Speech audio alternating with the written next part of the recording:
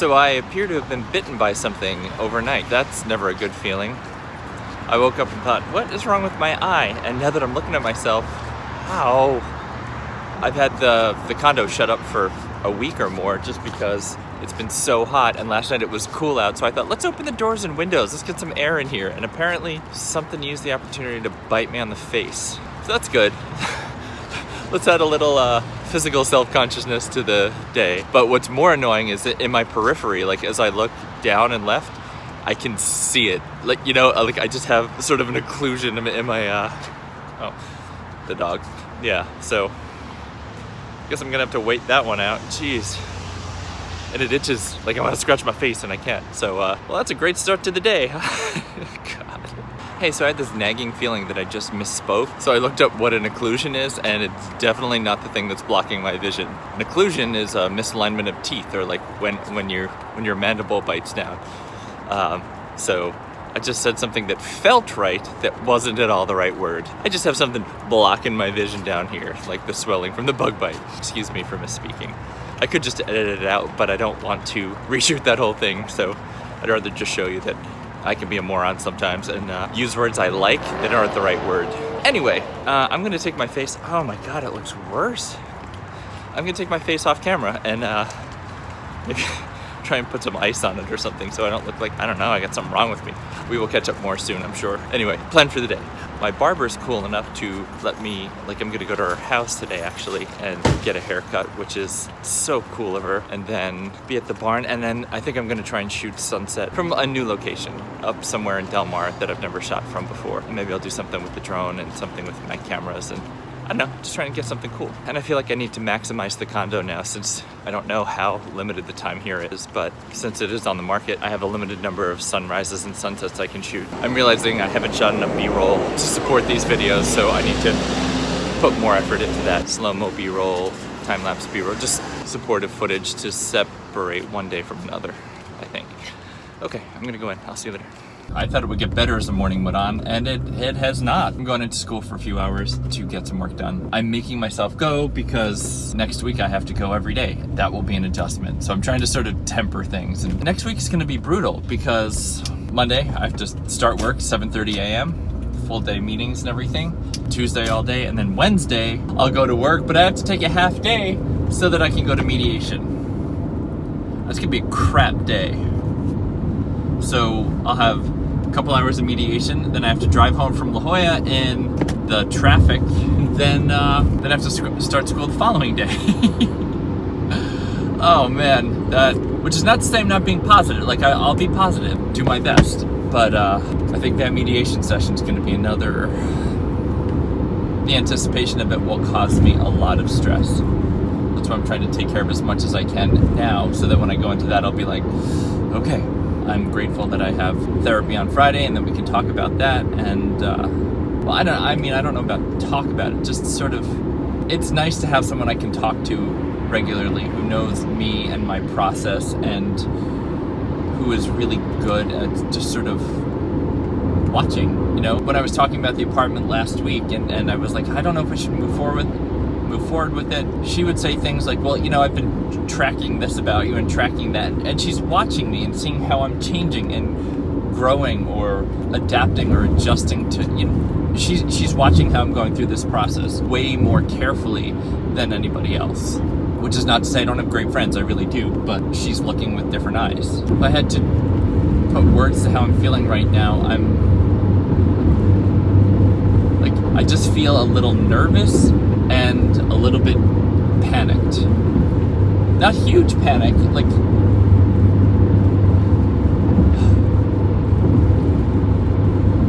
I'm trying to draw a distinction between anxiety and panic. And I feel anxiety a lot. I think for the most part that just feels like I'm a little bit breathless and something is squeezing my heart. And when I'm panicked, it's that plus this flight response, like in the face of that, I just want to run away. I just want to escape, but not to anywhere in particular. Like it's just a flight thing. It's just like I can't deal. I gotta run, and I don't know what to do with that. I think that's one of those things that you just endure.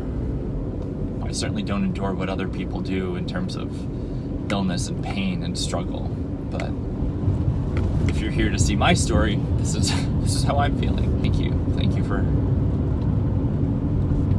you for being part of it. It's weird to be a nice person and to have somebody so desperately want to get away from you. If you're not a confident person, then to have somebody you love be like, I just want to be away from you at all costs as soon as possible. It takes a lot of mental work to not let that level you, because you used to be the person that they wanted more than anything, that they wanted around at all times. You know, as I scroll back through pictures or remember old texts, she always wanted me around. It was always like, hey, when are you coming home? When do I get to see you? And it was phrasing like that, when do I get to see you? We felt privileged to see each other. I did have a weird night last night. I went down and I got chips and guac and a fish taco and a shrimp taco, and if I have to vote, shrimp tacos are better than fish tacos at Taco Stand. And I watched YouTube videos for hours. Like, I wasted the whole night.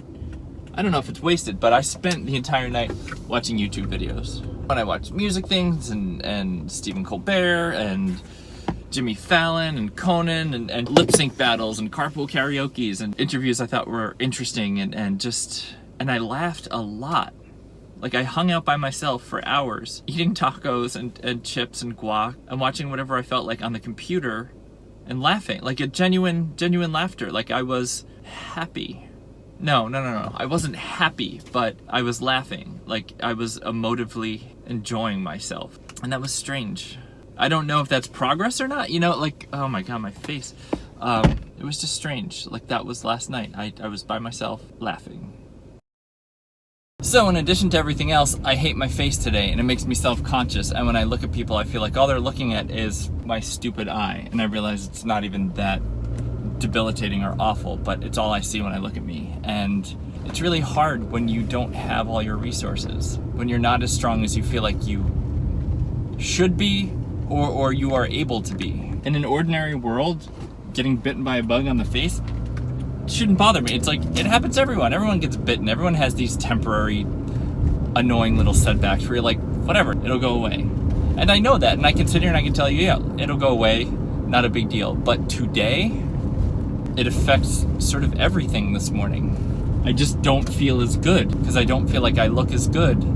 Not that I usually feel like I look awesome, but I feel like there's something about me working against me, and that's hard. And I feel like we all deal with that quite often. I don't think most people would even notice, but like, for instance, I have this fear that I'm gonna go up to the barn and see him, and he's gonna see my face and laugh at me.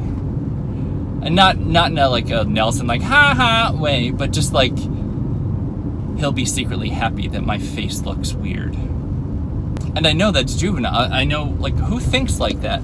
I do right now when I'm kind of broken. The feeling of living in the now is sort of one of, like, I'm waiting to get better. I know I'm not good right now, and I know that I'll get better, and I'm just waiting for it. I don't know if I should be doing work toward, I feel like I'm trying to work towards getting better, but I just have to, like, you have to have this blind belief that you're on the road to getting better. You're on the road to healing. I don't feel stronger. I don't feel like I'm progressing. But so what do? You know, you either get really low, which I'm sort of on the cusp of right now. I feel like I could sink at any minute, and that's why I left school. I worked as much as I could. I worked about 2 hours. I'll go back tonight, but I just can't be there anymore. And fortunately, I have the option to not be there. When I'm teaching, if I get that urge to leave, I can't. So I will have to deal with it differently then. But since I have the luxury of leaving and regrouping, I'm going to do that. And maybe that's what I need to do. Maybe I need to go to school every day this week just to get used to the place and the idea of being back and, you know, responsibilities that are larger than me so that I'm more practiced for next week. It's a heady process, trying to recover from being so broken or being so blindsided, just going from one state of being to another. There's so much wishy-washiness to the whole situation. Her comment in that last text that said, like, obviously I don't want to be her friend. And you want to just sort of isolate that statement and look at it and like, it would be nice to sit down with her and have a discussion just on that concept. You did these terrible, horrible, disrespectful things to me, and at no point have been kind, yet you still entertain the thought that I'm going to want to be your friend. Like, how does that work? Is that like a level of self-delusion, or is it deeper, just stringing me along? Like, she doesn't want to be my friend. She doesn't want anything to do with me. So for her to be like, obviously you don't want to be my friend, like, it's so bewildering, where it's like, I mean, if I'm going to be honest, I would like to still be married and be working on trying to fix our relationship. That's where I would like to be. But no, I don't want to meet for coffee and talk about the old times. No. When you do something so terrible to someone, you kind of lose the right to do that. And I wonder if years down the line I would feel differently, because I am terribly sentimental. But right now, why would I want to be friends with her? Why would I want to be friends with the person that treated me worse than anybody else in the world? I can answer that. I'd want to be friends with her because she was my best friend, because we get along so well and love each other and have amazing senses of humor and have had amazing adventures. So yeah, of course I would love to be friends with her. But to be friends with her would mean, I mean, she's obviously been monumentally disrespectful to me. And to be friends with her would mean I would have to disrespect myself enough to allow somebody who's been so cruel back into my life. And would the little adrenaline kick of nostalgia be worth the personal blow to my own self-esteem, where somebody who just trampled on me can come back in and we can redefine the relationship as friends while she goes and makes a family with somebody else? I can't ever do that. I will want to. I'm sure I will want to. Thanks for the chat. My heart is fluttering sad. Even saying the things out loud I just did are hard. And maybe that's the path to healing. You know, maybe just saying it and working through it and coming to terms with the realities of what life is and will be without her over and over and over again will sort of strengthen my mind, strengthen my resolve to be done and be out, because you can't be with somebody that treats you like that. I hope your day's going better than this one is for me. I'll keep you updated on what's going on, but I'm sure I'll see you on my way up to the barn. Today has not gone as planned. As I was home, the real estate agent texted and said somebody wanted to see the place today at 12:30. He was like, is that cool? So I was like, sure. So I spent the next few hours cleaning and buffing and sorting the house and putting things away and just making it look really nice. And then they showed up about 12:50 or so. I kind of met them in the elevator lobby, so they were coming in as I was going out. And then I went downstairs and I sat in the lobby for like 15 minutes, and that's usually how long it takes. 20 minutes, 25 minutes, and I thought, did they sneak out and I just didn't see them go? So I took the dog and went back upstairs in the elevator, and as I got to the door to my house, I could hear people inside still talking, and I thought, oh crap. All right, 25 minutes later. So I texted my real estate agent and I was like, it's been 25 minutes and they're still in there. And he's like, hey, it's a good sign. So the fact that shortly after I retook the pictures for the house that there's been more interest and we're getting people into it makes me feel like, one, my photographs were good, and two, it's a good place. Here's the compulsion, of course. Like, I want to call her and be like, oh my God, like, people are interested. But I don't celebrate with her anymore. She would probably want to know what's going on with the condo, but I don't need to tell her that, like, there's nothing concrete here. It's all speculative. Those are some of the things you miss, you know, just celebrating with someone and dreaming with someone and planning the future with someone. And she's doing all of that with somebody else. So even though we could still in theory do that, you know, we could sort of fantasize about collectively selling the condo together. I don't want to do that with her. I mean, I want to, but on principle, I don't want to because she's cut me out. Well, hey there. Let me tell you about how much I love my barber. She's awesome. In 1 mile, turn left onto Torrey Pines Road. I guess you can hear where I am. She had me come to her house, and that was cool. And she gave me a great haircut, and we talked, and then we hung out on her back porch and just caught up and talked for a while. It was awesome. Hold on.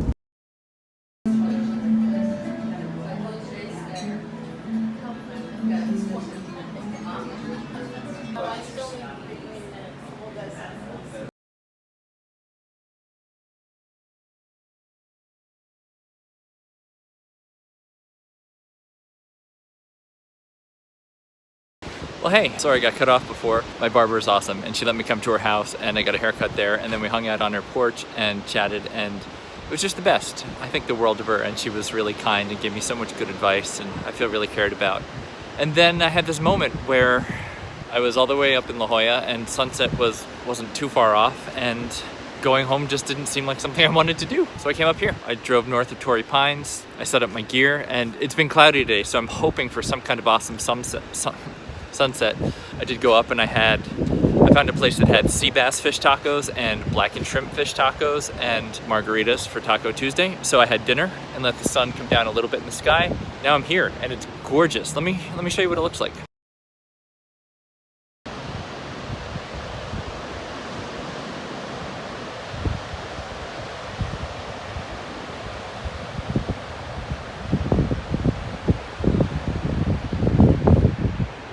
It's remarkable. I'm on this cliffside and there's a couple people around, but for as stunningly gorgeous as it is here, there's nobody. It's empty, and I've set my cameras up and they're running time lapses, and yeah, now I'm just here by myself enjoying it. It's pretty wonderful. Would it be more wonderful with somebody else? Yeah, absolutely. But I'm not low right now. I'm loving California. Look at where we are. It's a little hard to balance my face and everything else, but it's awesome. You have to keep seeking out your bright moments, and I guess I would like to thank Joseph for this location, because I saw him shoot here a couple days ago and I thought, I need to shoot there again. Like, I really like it up there. And I'm debating putting the drone up because I have a hunch that, let's see, the sun's back here. When it breaks, I think it's gonna shoot really long late day light into the waves, and it's going to be spectacular. Down below where I am, there's no surfers in the water, so I don't think I'd be bothering them if I put the drone up. I think I should do it. I think I can take off without annoying anyone. Yeah, I'm gonna put it up. I'm excited. So right now I have 3 cameras running time lapses. I have this thing that I'm blogging on. If you have the gear, may as well use it, right? So it's gorgeous. I'll see you in a little bit. I'm excited.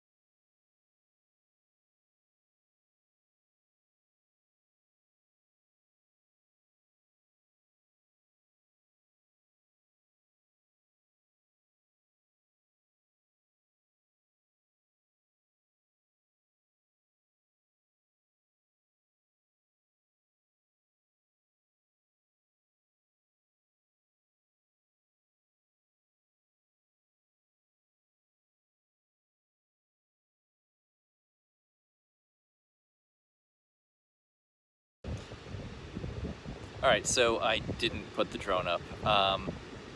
It's breezy and the sun went behind the clouds, and it's just this kind of idle period. But if I stop shooting, then there'll be a break in the time lapses. So I'm just kind of sitting here taking it in, and it's lovely.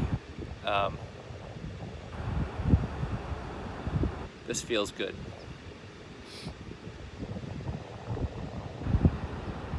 I'm really glad that I sought out beauty tonight, and I found it. I hope that when I get home and process this, it looks as good as it feels to be here, because it's pretty special. I feel selfish. Hold on, let me flip the camera.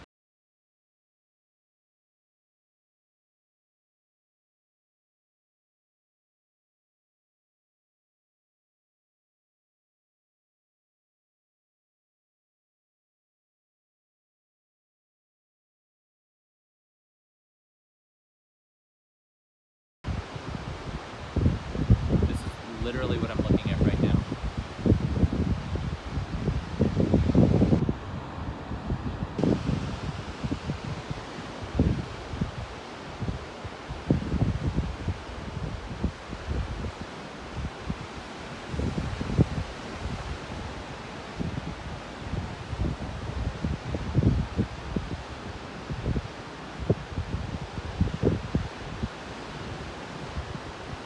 So yeah, that's on the other side of the camera right here, right now. Isn't that wild? It is pretty hypnotic. I don't miss her right now. How funny is that? Had a really long talk with my barber just about my situation and other people she knows who have been in situations like mine. My situation that I thought was so unique that isn't.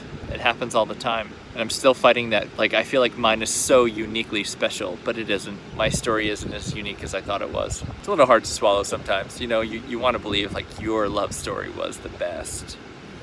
It was really good. But I guess there's a certain percentage of the population that are like my wife, the kind of person that would blindside somebody else and cheat and leave. And that's so hard to believe because you want to believe that people are probably like you. You know, if you're a good person, which I kind of pride myself on being, I believe that most people are like me. They're good people. And you know, if bad things happen, it's an accident. It was a mistake. It was nothing deliberate. And I think I take a lot of comfort from that because I'm a good person. I try and be good to myself and good to my partner and good to everybody else. Like, just in general, like I'm watching out for people. And I like to believe people are watching out for me. And by and large, a lot of people are. So many people are watching out for me in this breakup. But the person I've been most in love with isn't.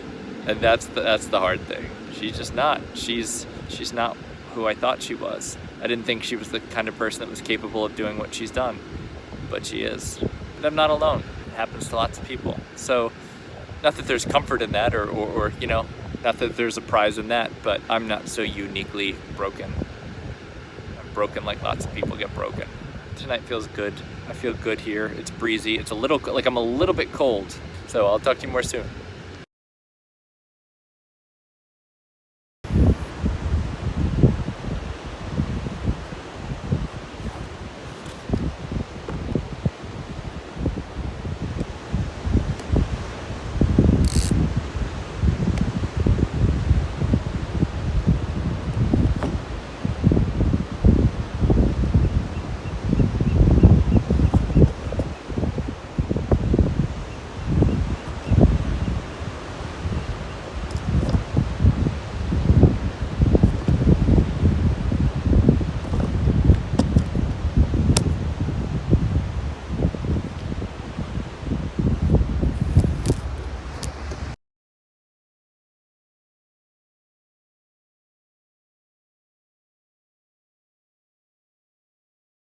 And that's it, the sun's gone. But you wanna see something cool?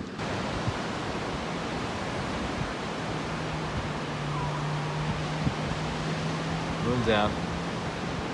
We are trying all sorts of fun and games tonight. I have my little camera just shooting 1 second intervals, so I guess we're doing a little hyperlapse of driving home.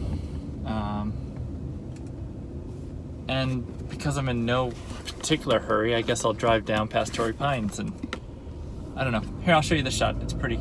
That was really lovely. Definitely a fan of going after beautiful moments, and that was one of them. I feel like the things I said at the beach were sort of all over the place and unclear, but things of note are what? Grateful for my barber. I'm grateful for her time and her willingness to talk to me and just letting me hang out and conversing. It was great. It made me feel loved, cared about. And that, you know, the relationship I've cultivated with her over the past 7 years. Really? Yeah, 7 years. Gosh. Has been worth it, you know, and even when she's not my barber anymore, I hope that we will be close and care about each other. So that's been really nice. That was a really nice takeaway today.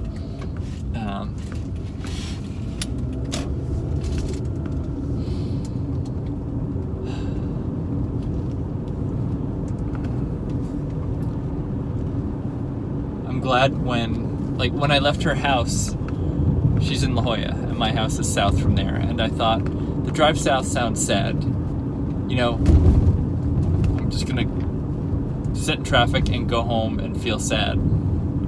So I went north, and that was better. And I need to remember that. I need to remember in the future. If one direction seems sad, go in the other one. If you don't want to go south, go north. You know, if you're hungry, take yourself out to dinner like I did tonight, because I had really good fish tacos and really good shrimp tacos, and I enjoyed them, even if it was just me enjoying them. It's not always easy, but today was easier because of good conversation, because people helped build me up. So here's a fun thing. I don't know how to get on the highway from here. I drive past here all the time over there, but from here I don't know how to get on the road that goes fast. What do you think? You want to go on an adventure together, or should I stop this and ask Siri to navigate me home? I agree. Let's adventure together. We've got an estuary here on the right that's gorgeous, and I think probably one evening I'll go back to that spot over there or somewhere nearby, and I think we should drone over here, because I think, you know, the kind of golden late day sunlight over the green of this estuary will be beautiful. Maybe in the next few days. I don't know that I have a whole lot else planned, so why put it off too far? Let's do it. It'll be fun. I'm excited to get home and see what got shot and see if it's any good. The experience of it in person was phenomenal. I'm so happy. All right, here's a whole bunch of overpasses, and I'm on a road that goes under, so let's read signs. No. 56 east. No, that's how I get to the barn. Well, I'd like to go to the barn, there's no point. 5 south. Yes. Oh, that wasn't hard at all. All right, you told me it would be scary. It sounds like they're moving into a condo for a month. So yeah, nothing new, nothing. God knows when they're moving, if they're moving. I doubt I'll know much more after mediation. So my goal is to not give a shit.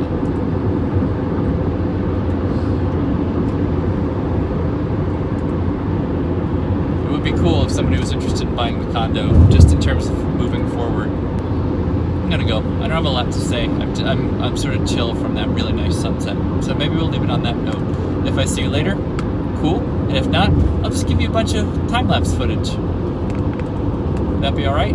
I hope so. Hope your night's going great, and I will see you more soon.